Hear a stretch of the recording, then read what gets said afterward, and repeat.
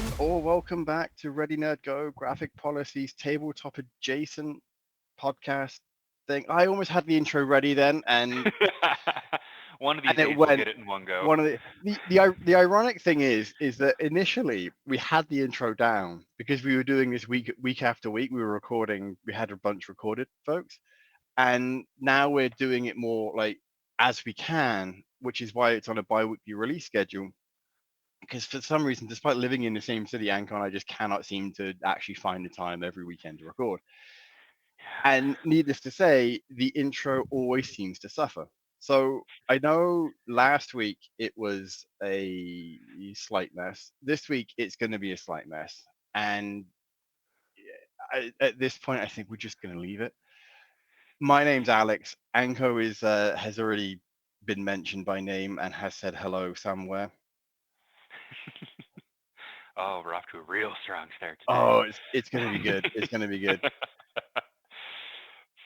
This week Ah, we are so in theory we have a topic list that we've pre-planned for what we're talking about every week. Because of what happened at the game session that we had on uh, Wednesday with our group, we thought it would be fun to talk about effectively. Now, I call them action points. But that isn't the right term. You would say they were meta currency. yeah, so it's kind of like action points are a type of metacurrency. Metacurrency is kind of just like the umbrella term. Like there's action points, fortune points, bennies. There's different systems will have different words for them, but generally, like a metacurrency is something the players can spend that affects the fiction, like, and they can usually use to like either adjust the fiction somehow or like change their dice or like just modify the odds in their favor generally.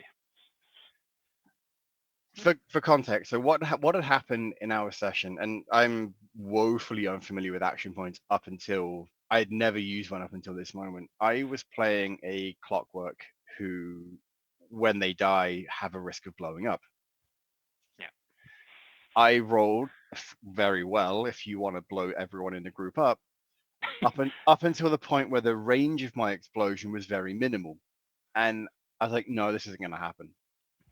So I said to the group, I said, look, one of two things is about to happen. Either I'm going to use an action point and expand my range to the maximum possible range, and it's going to blow everyone in the room up, or you're going to save my character. It's up to you, but one way or another, the point is getting spent. Yeah, and like generally speaking, we kind of tweaked the rules for that specific instance because It, generally speaking, like, you need to decide whether or not you're going to yeah, spend the point before subsequent rolls are made. But the group is currently playing a system that's very new to them. I'm quite used to it, but it's very new to them. And so we're still kind of in the learning phase of, hey guys, remember you have in Shadow the Demon Lord, they're called fortune points, and we're using the alternate rules for a fortune pool, and that's irrelevant to like 99% of the listeners, but context. well, And yeah, valid.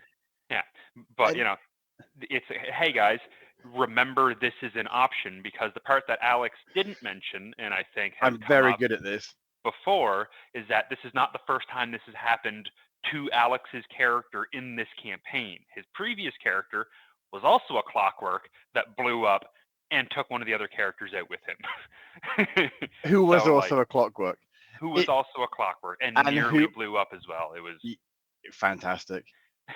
The fun part is the person whose character I did take out last time would have been one of the ones I took out again. So ultimately, it was like you said. Should it have been done beforehand?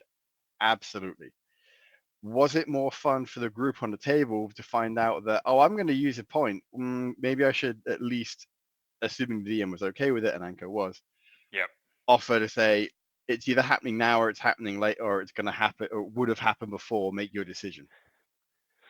And to be clear to the folks listening to this as well, in a lot of groups, that could That, be considered toxic player behavior. In our group, with the people we play with and how it came about, nobody had any issues with things being presented that way. No, and that's just it. Like that very well could have been toxic player behavior. It would have been. There's not. I don't even think there's any doubt about that. Hmm. I think that again, like you said, with the way our group works, when they found it funny that I was blowing up, I could almost see two of them getting excited to see how much damage I was going to do in terms of everyone in the room dying or just me. And when it was just me, there was almost a visible air of disappointment across across the room.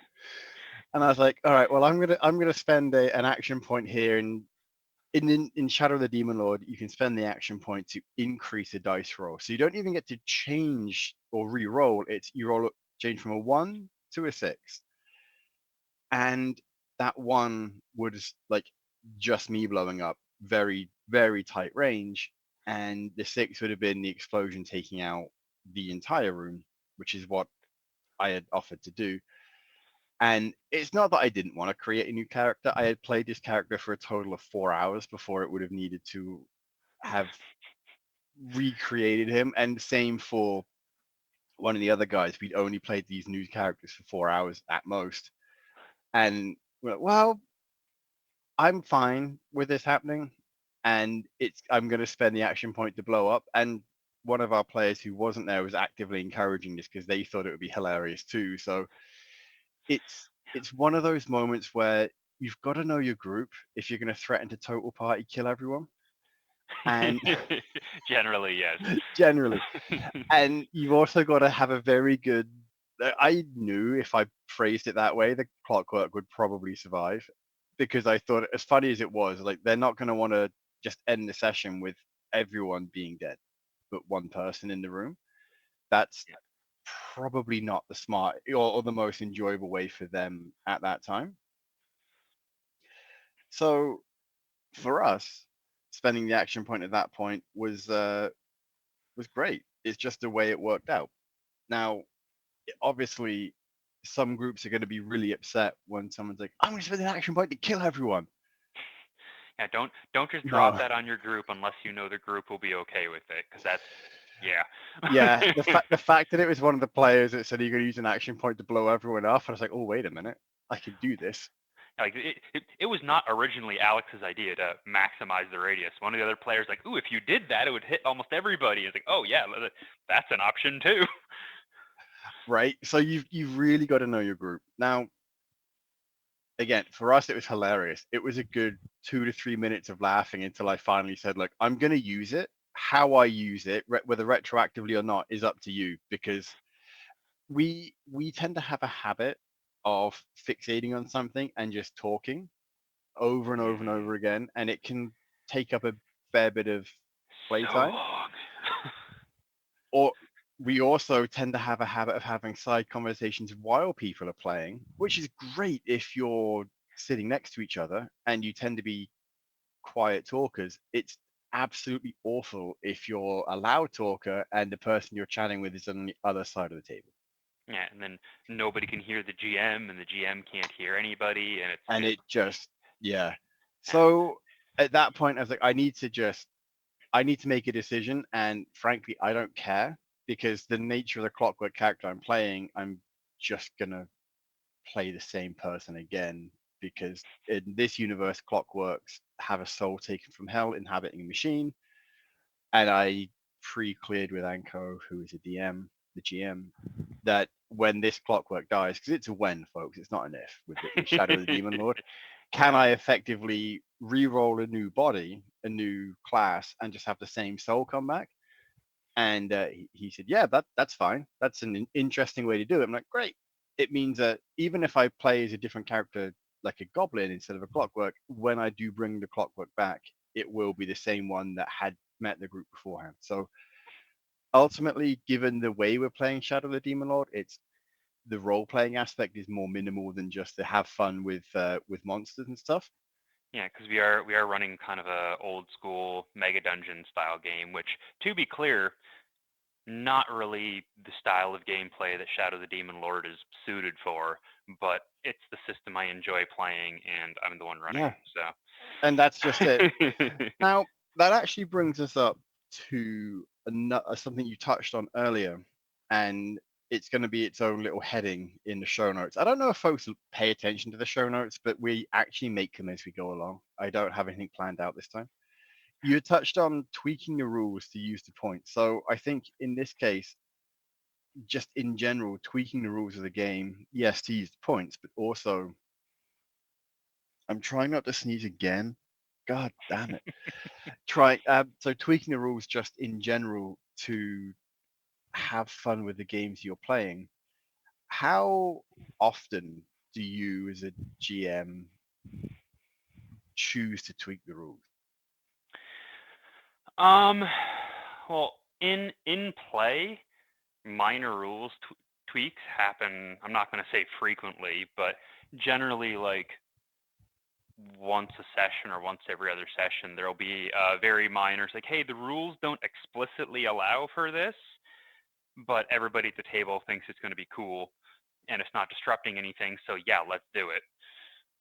In the terms of like more larger structural changes, I mostly tend to leave like the base structure of the game alone, mostly because like nobody wants to go, oh, hey, we're going to play, for example, we're going to play D&D. Cool. Here's my thick binder of house rules that changes how everything with the game works. Nobody wants to deal with that. But In for in something like our current game, where I'm using a system for a style of play that system doesn't really support, I've I have I'm not going to say significantly more rules altercation, but there's a good chunk of additional rules kind of bolted onto the system, and like optional rules that are presented in the system attached to make it play more like what we want to play. Like the biggest one is that by default, Shadow the Demon Lord is every adventure you up a level.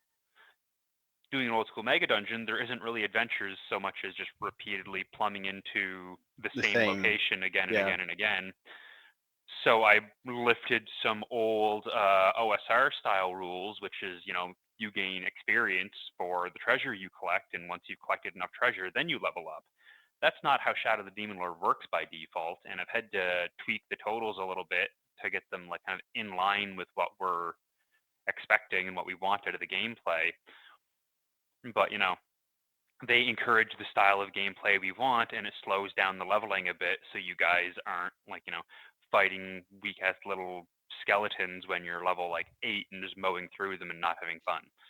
No, exactly. And I think to your point, the fact that we haven't. All right. So full disclosure, we all forgot about the action points, Multiple fortune times. points multiple times, and I think this is the first. Is this the first or second time we've used them It's that session? this second session that you guys have remembered to use them. Okay.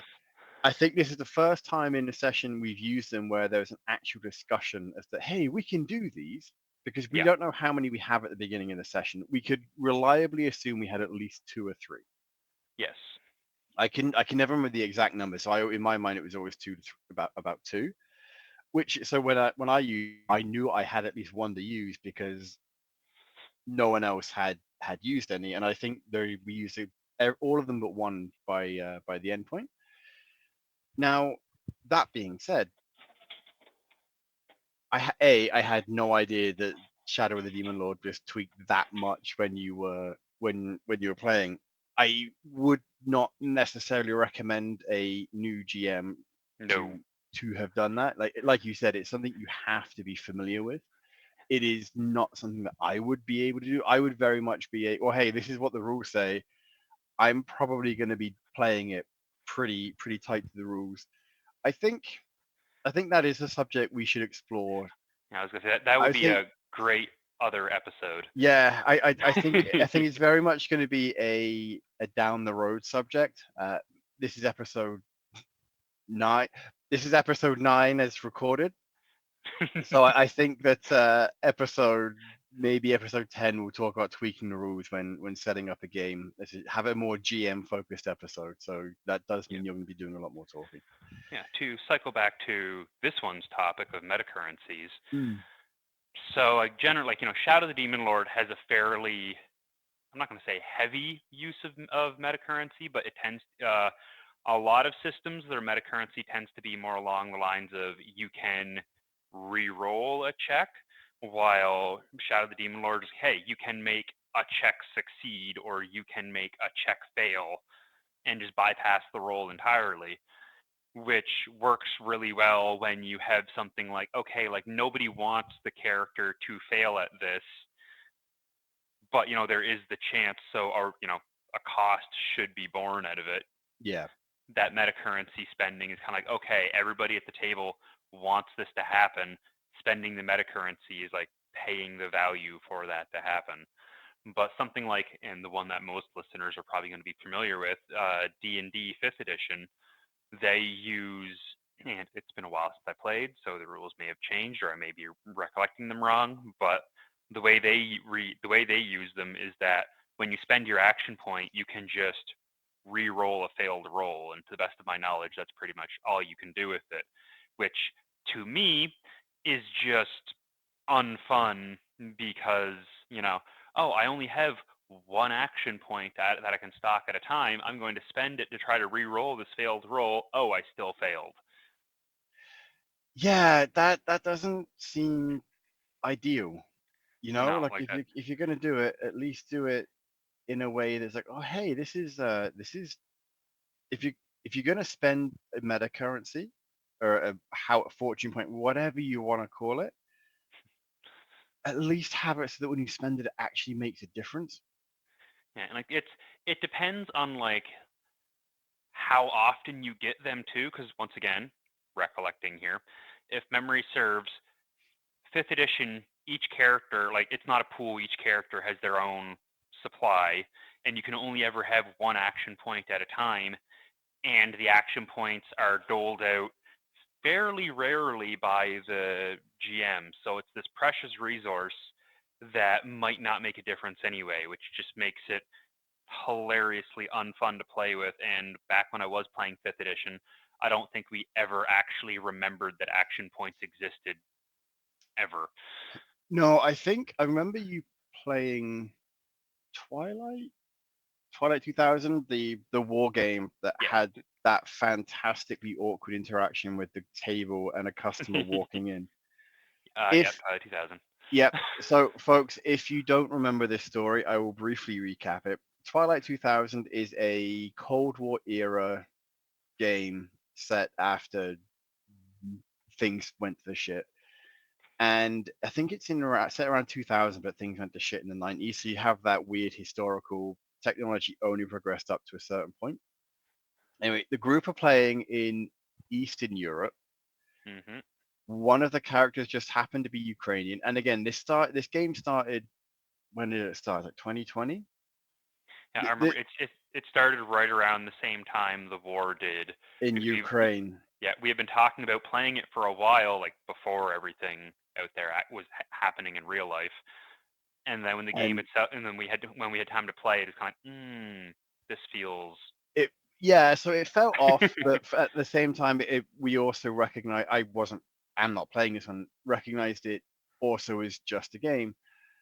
And it was fine for quite a few weeks until one day you heard someone say it was an in character statement.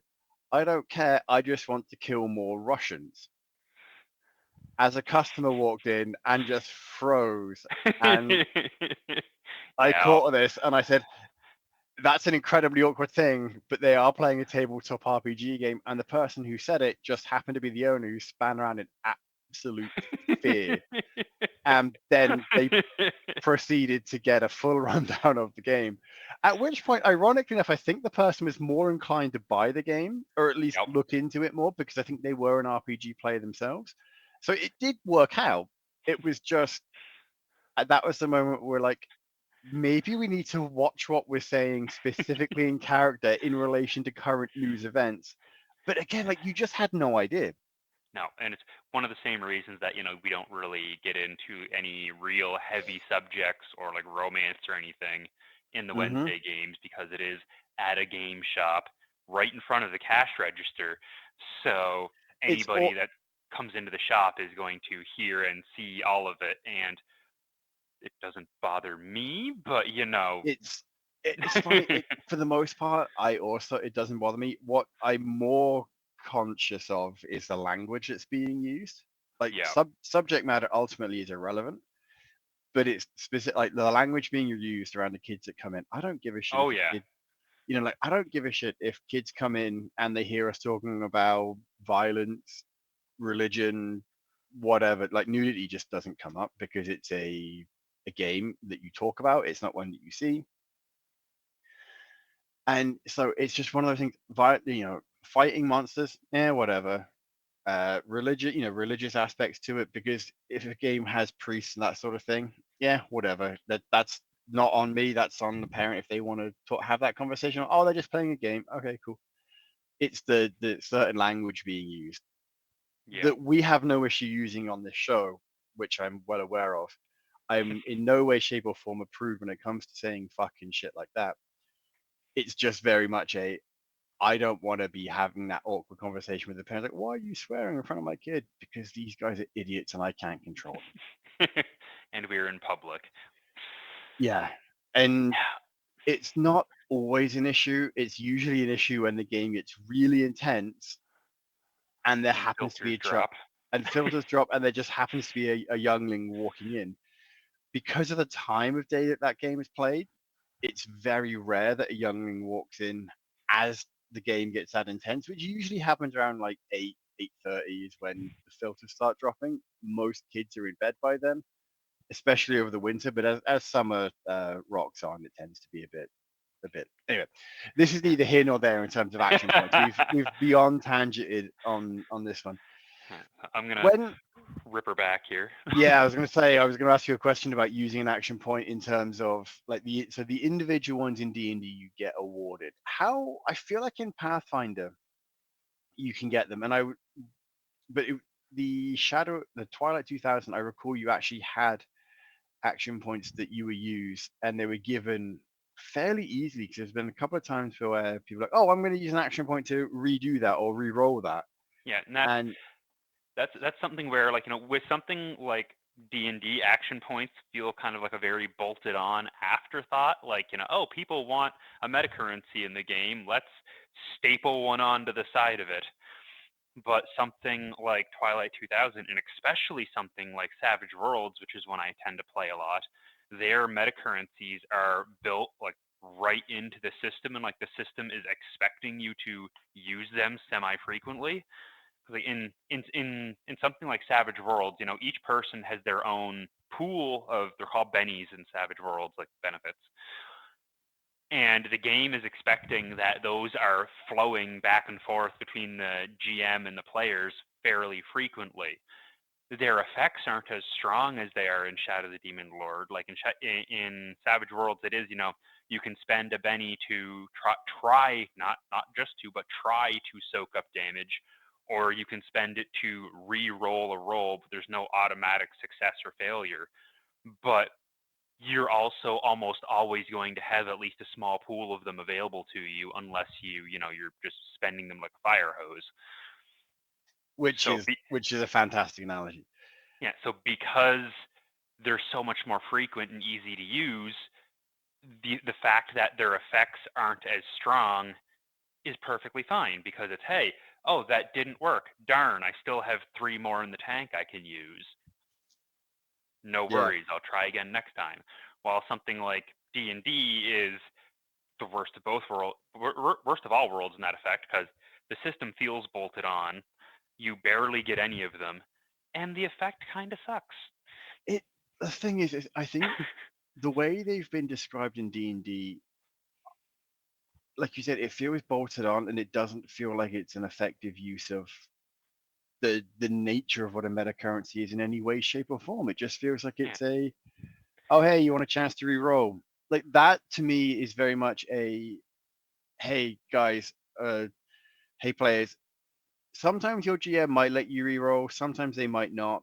Because we know the rolls can suck, sometimes we're going to build in a way that you can re-roll.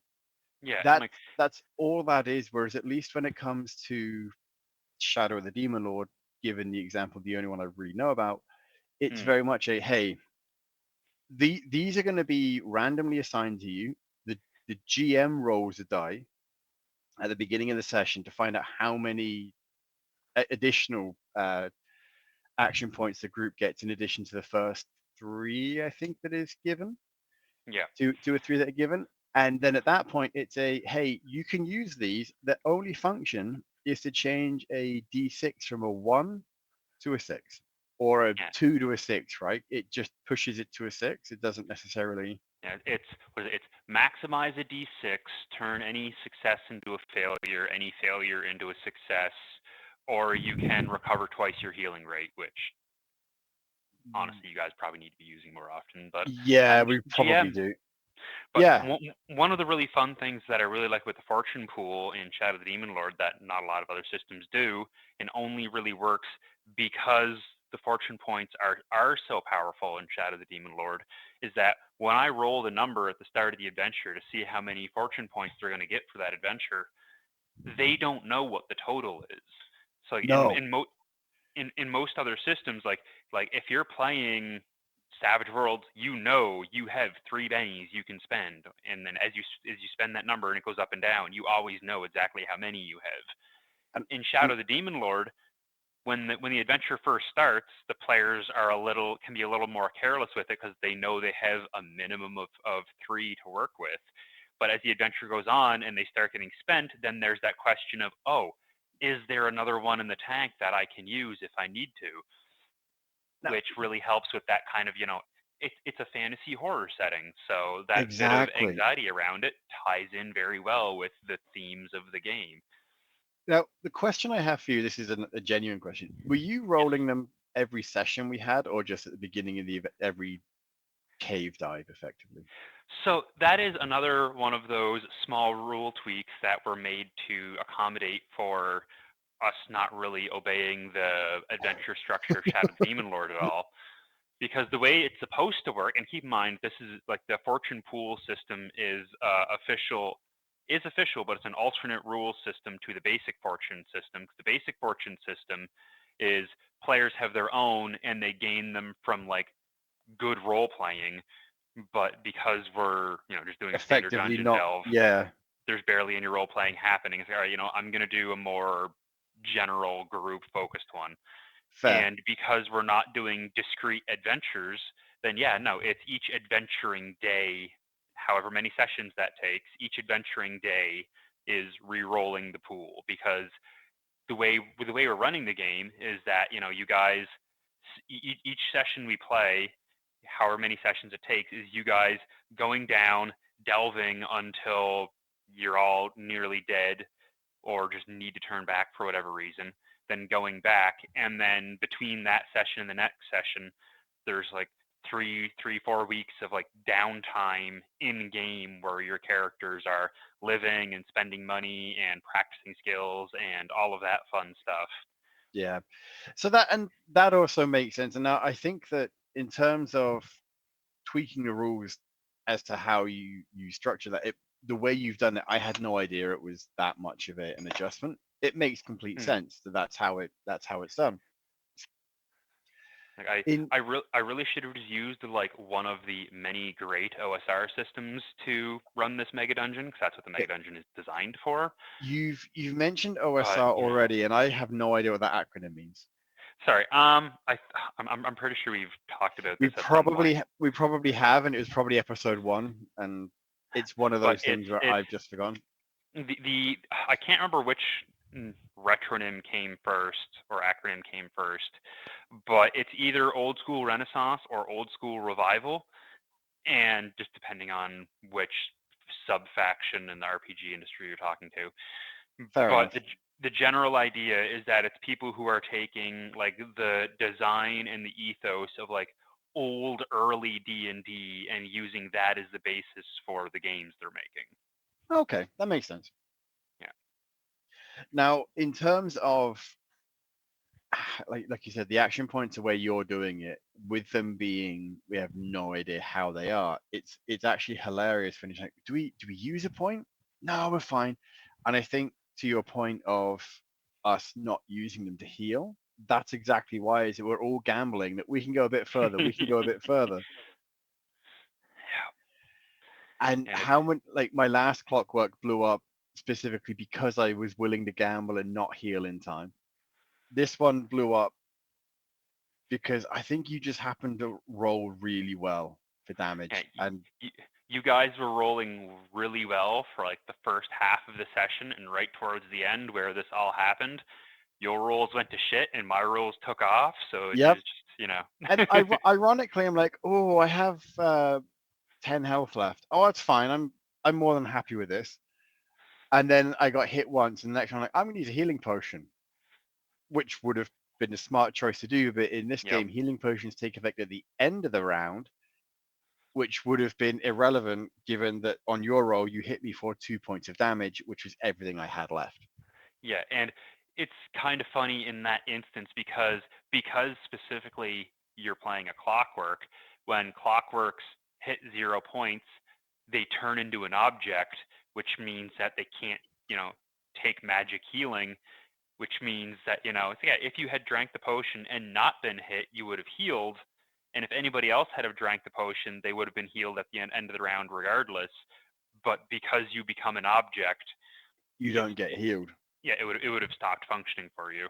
Yeah, exactly. And the potion would have been wasted. So it's Yeah. funny that in that case, ironically, it works out in our favor. It would have worked out in our favor had I not blown up.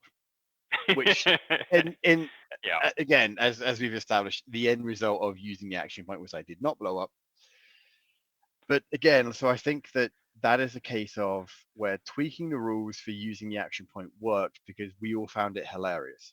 It is Yes. probably not the best practice to go into. Oh, I'm going to redo that roll I did 4 turns ago. No, No, no, would not let that happen. no. And honestly, And most GMs aren't going to let the way it happened the way you allowed it to happen. In that, well, why not? It's kind of funny. yeah, like if we had been playing this for a year and you guys were super familiar with the rules, then I probably wouldn't have been so lenient either. But it was Exactly. mostly just, hey, you guys need to remember that this is an option because, you know, you're in a very lethal game and you need these lifelines. And well, I mean, case in point, when my last clockwork died and I was redoing this one, I found on a character sheet that I had a boon a Oh boon of God. resurrection. And I Yeah, said to Anko like after, like, hey, I found this. Would this have done anything? He's like, yeah, that would have saved both of your characters. I'm like, ah, shit. yeah, yeah, It was and that's just in a space on the character sheet that I hadn't been flipping to because it was the only note I had on that page.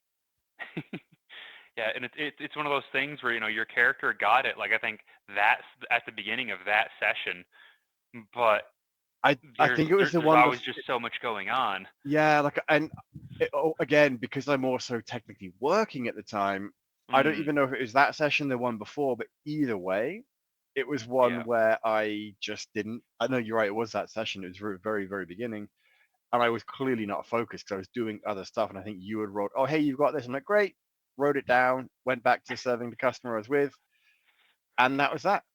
yeah. And then it was the next week. I'm like, "Oh fuck, I wonder what this was." What was this, Anko? That was the thing that would have saved everyone. Yep.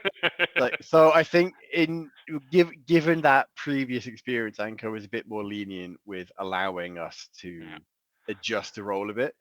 Although And that does remind me of the hilarity of the fact that the spot where your second character was going to blow up was directly on top of the spot that your original character did blow up. which is again absolutely hilarious. Yeah. It's funny, we were coming up to that spot, I'm like, I have a bad feeling about this. Yeah. Yeah. Well, One thing I do want to touch on too mhm. is that, you know, speaking of metacurrencies in general, and since I touched on the OSR as well, there's definitely people who, and this is a playstyle preference, who absolutely hate the idea of metacurrencies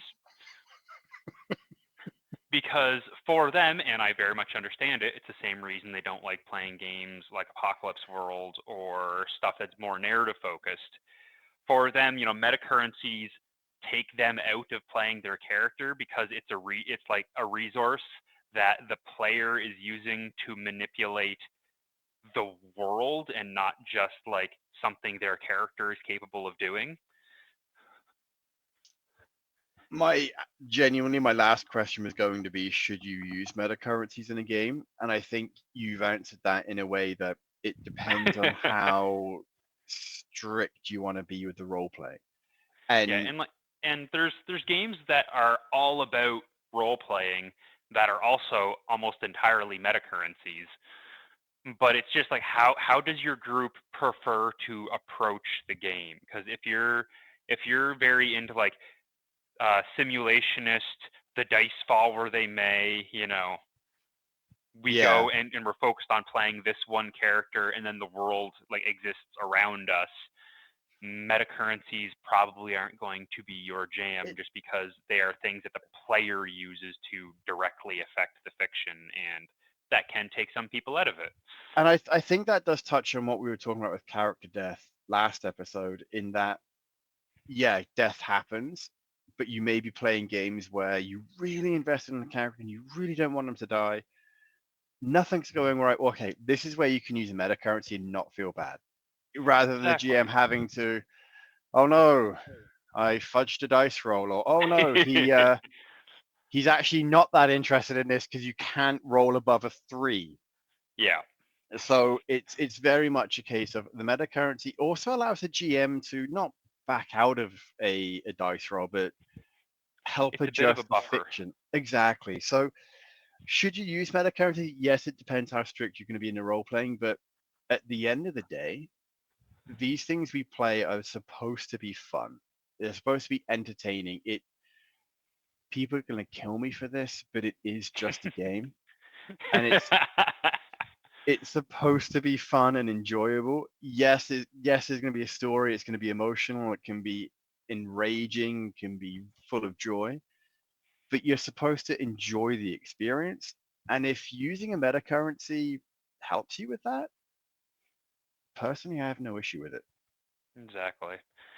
For me, it's just, as long as the system is designed with the metacurrency in mind, then I'm happy. Because I've played them without, I've played them with. I've enjoyed systems on both sides of that divide. But the ones that I don't enjoy are the ones that the metacurrency is very clearly just slapped on top with no thought of how it actually affects the rest of the system. Hey, it's like D&D.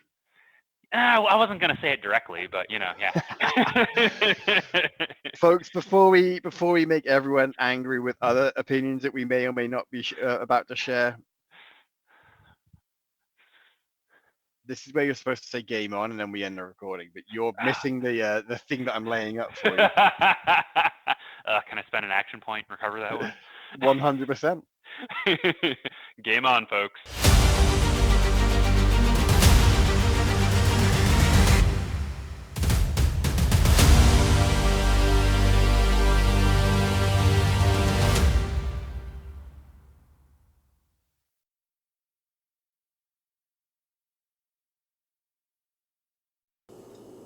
Hey, thanks for watching Board Game today. We always appreciate your views and your support, but there are so many ways for you to support our site. Not only can you do it right here on video, but you can go and check us out at boardgametoday.com, where we have more news, reviews, interviews, everything you could ever want. But since you're here, if you could, you can always give us a like, subscribe, or share our videos or watch something else. Is always much appreciated, and get your game on.